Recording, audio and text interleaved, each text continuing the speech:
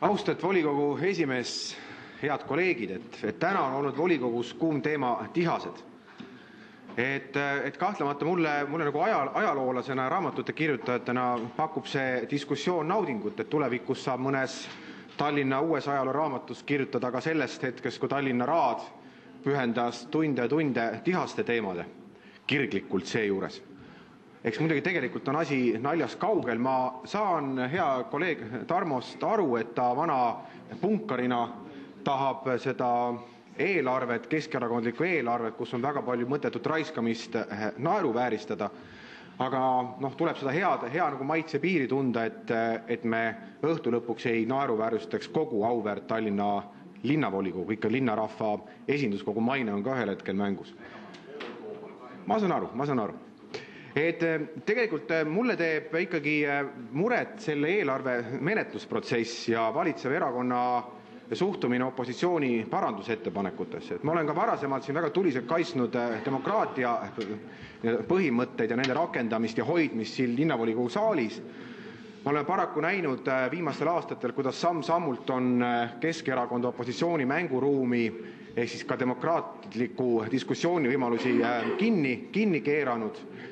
Ja see suhtumine, et meie valitsejatena otsustame, kas me üldse mingisugused opositsiooni ettepanekud menetleme või mitte, et kas nad meile poliitiliselt sobivad või mitte, kas me üldse laseme neid saali või mitte, see on väga ohtlik mäng.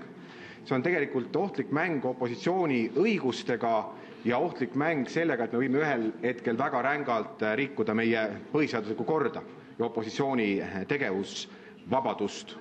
Et kõik muudatusettepanekud, kui nad on korrektselt vormistatud, kui see on olemas katteallikas, tuleb rahanduskomisjonil menetleda, linnavalitsus võib ütelda muidugi alati oma eitava seisukoha, kui see neile poliitiliselt ei sobi, ja õhtu lõpus meie siin saalis enamushäältega otsustame, kas see ettepanek saab eelarvesse sisse kirjutatud või ei saa. See ei saa olla volikogu esimehe või mõne võimupoliitiku suva otsustada opositsiooni parandusettepanekute üle. Kui linnapea kohusetäitja Taavi Aas ütles, et ka selle eelarve puhul on olnud tegemist kaasava eelarvega, linnakodanike kaasava eelarvega, siis tule taevas appi.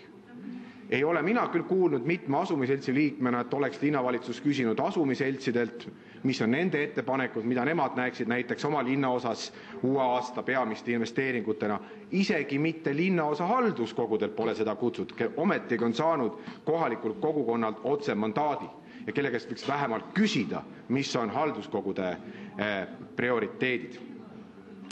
Ja minu arust võiks ikkagi Keskerakond võtta tänasest Toompea koalitsioonist eeskuju ja ikkagi näha ka konkreetsed summad opositsioonifraktsioonidele siis muudatusettepanekute tegemisteks, mis ka saaksid eelarvesse sisse kirjutatud. Et see on üks väga hea eeskuju, kus võiks võtta Toompealt eeskuju.